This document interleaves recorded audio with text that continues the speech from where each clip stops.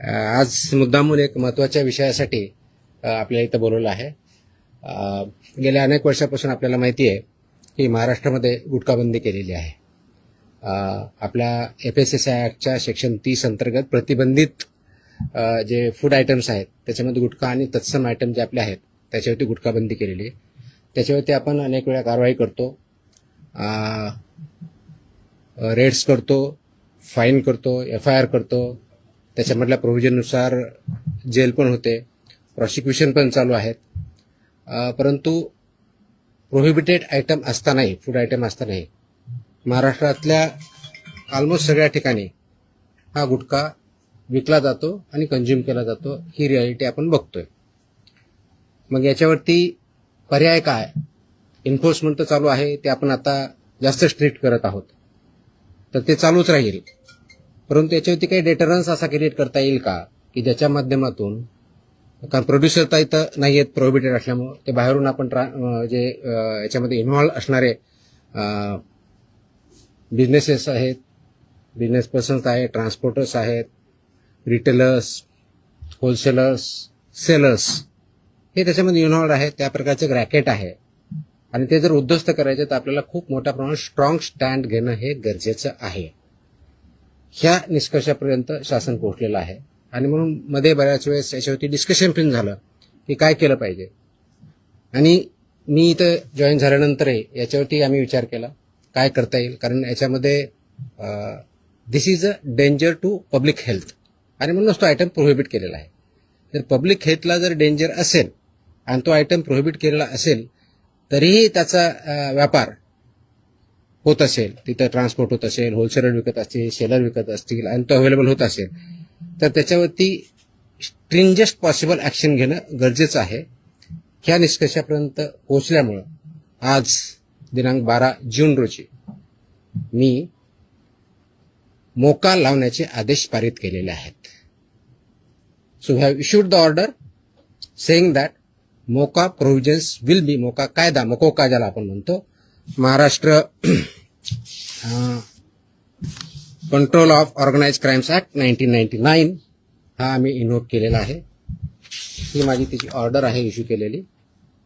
आणि ह्या ऑर्डरच्या अनुषंगाने हा फक्त फूड सेफ्टी ऍक्ट 2006 चे कलम 3, 26, 27, 30, 38, 41, 42, 59, 63, 64 आणि 89 बरोबरच Maharashtra control of organise crimes act 99चा sections 21D, 21E, 21F, 3, 4, 18, 21 and 23 read with code of criminal procedure 1973 किंवा भारतीय नागरिक संहिता सुरक्षा संहिता 2023 याच्या अनुषंगाने ही ऑर्डर मी आज पास केलेली आहे. एक मिनिट मला बोलतो त्या माझं पूर्ण होऊ दे, पूर्ण झाल्यानंतर विचारा ना प्रश्न. सो ही कारवाई करताना हे प्रोव्हिजन्स आहेत. त्याच्यामध्ये ऑथॉरिटी कोणती आहे, त्याचं रॅशनल काय आहे, कोणत्या क्राईम्सला, कोणत्या ऑर्गनाइज क्राईम मधल्या जी 21D ची डेफिनेशन सांगितलं त्याच्या क्राईम मध्ये हा क्राईम कसा बसतो, याच्या ऑथॉरिटी कोण कोण आहेत, ह्या सर्व आपण डिफाईन केलेल्या आहेत. आणि याच्या अनुषंगाने अल्टिमेटली आपण काही ऑर्डर्स, डिरेक्शन्स या माध्यमातून दिलेल्या आहेत. त्याच्यामध्ये ज्या ज्या ठिकाणी हे मोर दॅन वन्स एखाद्या ह्याच्यामध्ये ट्रेड करणारा व्यक्ती, संस्था, आस्थापना असेल त्यांच्याविरुद्ध कंपल्सरी मोका इन्व्होक करायची ही ऑर्डर आहे. त्याचबरोबर सेक्शन 23 ऑफ मकोका ची जी प्रोसेस दिलेली आहे ती प्रोसिजर कंपल्सरी पाळायची हे पण आपण या सेक्शनमध्ये आदेश दिलेले आहे. त्यानंतर persons and entities against whom MOCOCA shall be invoked are manufacturers and producers of prohibited food products, number 1. Number 2, financiers funding their manufacture, procurement or distribution. Number 3, interstate and intrastate suppliers and commission agents. Number 4, transporters and vehicle operators, including agents who book or arrange transport. Number 5, godown operators, warehouse owners and store managers who knowingly store such products. Sixth, wholesale dealers and distributors. Seventh, sub-dealers and semi-wholesaler agents.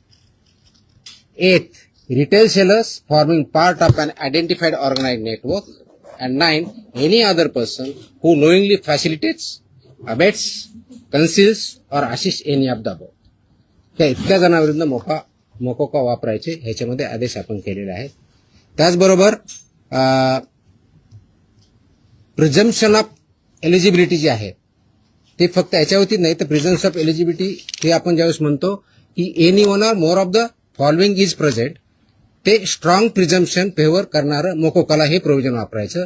आणि no officer shall refrain without recording specific return reasons approved by joint commissioner.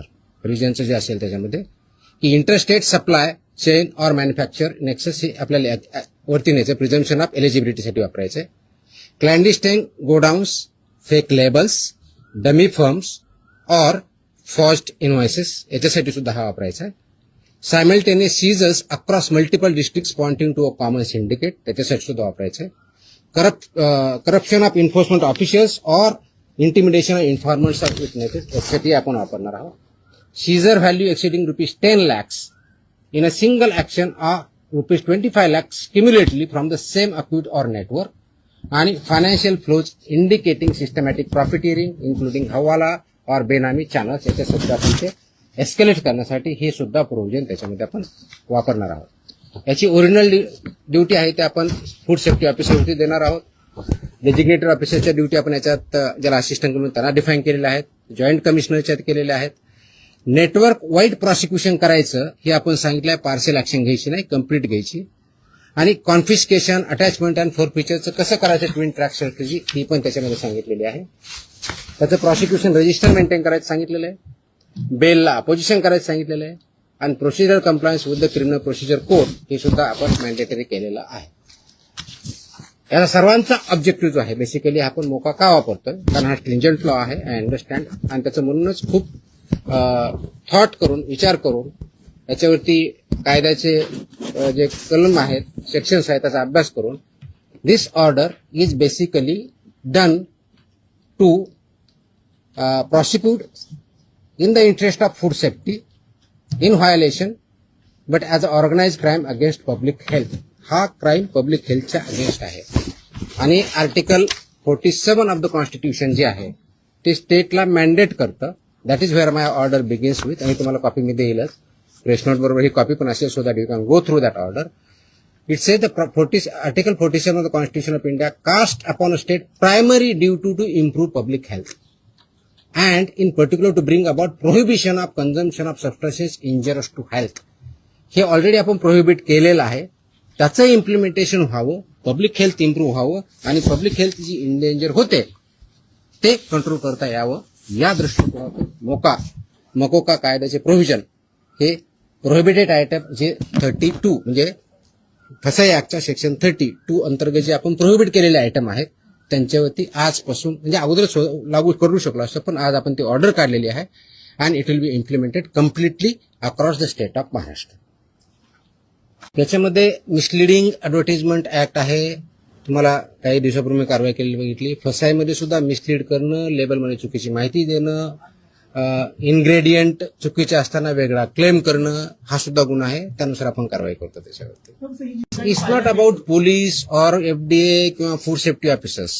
It is the holistic. याच्यामध्ये consume करणारा आहे तेवढा जबाबदार आहे, विकणारा आहे तेवढा जबाबदार आहे, इन्फोर्स न करणारा आहे तेवढा जबाबदार आहे. जो कोणी जबाबदार असेल आपण त्याच्यावरती कारवाई करणार आहोत आणि स्ट्रिक्ट करतोय. तुम्ही गेल्या काही दिवसामध्ये बघितलं असेल हा ज्यावेळेस प्रोहिबिट केला त्यावेळेसचा उद्देश हाच होता ही it's a danger to public health.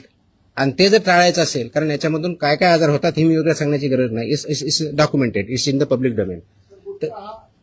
ते करण्यासाठी आपल्याला स्ट्रिंजंट ऍक्टचे प्रोव्हिजन आपण आज का इन्व्होक करतोय कारण जेवढ्या इफेक्टिव्हली आपल्याला करायचं होतं तेवढं होऊ शकलं ना. हा डेटाच्या आधारे तुम्हाला मी डेटा सांगतो म्हणजे जस्ट फॉर इन्फॉर्मेशन आपल्याला हा एक असेल की आतापर्यंत गेल्या 10 वर्षात ऑलमोस्ट आपण FIR किती केलेले आहेत महाराष्ट्रामध्ये. 32चा FSSAचा जो सेक्शन प्रोहिबिट केलेला आहे त्यावरती जे मॅन्युफॅक्चरर्स आहेत त्यांच्या विरुद्ध 260 मॅन्युफॅक्चरर्स FIR आहेत आपले. जे पुरवठादार आहेत हा सप्लायर्स ते 248 आहेत आणि पर्सन्स जे आहेत ते असे 190 असे 703 ट्रान्सपोर्ट कोणते हे ट्रान्सपोर्ट सॉरी ट्रान्सपोर्टर म्हणजे उत्पादक 260 सप्लायर्स 248 आणि ट्रान्सपोर्टर्स 190 असे 703 FIR आहेत. सो FIR काय कमी केलेत अशातला भाग नाही. त्यांचं प्रॉसिक्युशन त्यांची पुढची प्रोसेस आपण करतोय. पण आपल्याला अजूनही त्याच्यामध्ये कम्प्लीट याच्यामधून खरोखरच हद्दपात करण्याच्या दृष्टीने कारण याच्यातून झाला नाही तर पुढची स्टेप आपण घेतोय आणि ती आज आपण घेतलेली आहे. Yes please. ते सांगितलंय की दोज हु आर रिस्पॉन्सिबल त्यांच्यावरती आपण कारवाई करणार कुणी असू द्या. म्हणजे माझे अधिकारी होऊ शकतात इन्व्हॉल्व जर असतील तर दुसरे कोणी असू शकतात. त्याच्यामध्ये एड्स अबेट हे शब्दप्रयोग आपण जे केलेले आहेत त्याच्यामध्ये त्यांचं इन्व्हॉल्वमेंट जर सिद्ध झालं तर आपण त्यांच्यावरती करू. याच्यामध्ये आमचे काही अधिकारी इन्व्हॉल्व आहेत असं खूप अलिगेशन होतात कंप्लेन येतात आम्ही त्या व्हेरीफाय करतो. पुढच्या काही दिवसामध्ये असे काही अधिकाऱ्यांचं इन्व्हॉल्वमेंट आहे किंवा नाही याच्याबद्दलचे इन्व्हेस्टिगेशन आमच्याकडे सध्या चालू आहे. त्याच्यातून जे रिझल्ट येतील ते आपल्यापर्यंत येतीलच. मला धमकी आलेलं कुणी सांगितलं तुम्हाला? नाही sorry no sorry please look at ती जुनी क्लिप आहे कमीत कमी 10 वर्षापूर्वीची आहे. Look at the clip. आताची क्लिप नाही याची ती दॅट वॉज नाही मला नाही आलेलं. That clip if I remember correctly मला आठवत नाहीये इफ आय रिमेंबर करेक्टली बहुतेक ती पुण्यातली क्लिप आहे फेनावाजीन पीएमपीएम आहे. चेकआउट तुम्ही बघा ते क्लिप आताची नाही मला कोणतरी पाठवली मला कोणतरी विचारलं मला अशी धमकी नाही आलेली. क्लॉज वापरण्यासाठी ज्या काही प्री कंडिशन्स आहेत त्या फुलफिल झाल्या डेफिनेटली करणार आम्ही. कारण त्याला एका गुन्ह्यासाठी होत नाही. It has to be more than 1 offence in last 10 years. त्यांच्यावर जर झालेला असेल तर डेफिनेटली आम्ही करू कारण त्याचं कंडिशन फुलफिल करायला पाहिजे. अदरवाईज आमचे FSSAचे ऍक्ट BNS ऍक्ट आम्ही ते वापरतोच आहोत. आज ती जे हल्ला झाला त्याच्यावरती इमिजिएटली स्विफ्ट कारवाई पण झाली. 7 का 8 लोक त्याच्यामध्ये अरेस्ट पण झाले immediately. I spoke on with DGP also. DGPने सुद्धा इमिजिएटली त्याच्यावरती इन्स्ट्रक्शन म्हणून कारवाई केली. अँड अशा प्रकारचे हल्ले आम्ही भिणार नाही. Very clearly will protect our officers आणि those who take law into their hands will show force of the law. सगळ्या एजन्सी एकत्र काम करत असतात. त्याच्यामध्ये सगळ्याच एजन्सी काम करतात. आपण याच्यामध्ये मकोका लावताना किंवा हे करताना इव्हन आताचे जे FIR होत आहेत त्याच्यामध्ये आपण फक्त विकणाऱ्याला करत नाही त्याचा ट्रान्सपोर्टरला पार्टी करतोय त्याचा डिस्ट्रीब्युटरला पार्टी करतोय तुमच्या ओनरला. मी तुम्हाला लिस्ट पण दिली. तर इथून पुढचे आता आल्यापासून FIRचे हे it will be right from manufacturer to seller. आताही होत आहेत अजून जास्त स्ट्रिंजंटली होतील. So they are responsible. कायद्यामध्येच व्हेरी क्लिअरली त्याचे कुठेही डाऊट नाही त्याच्याबद्दल.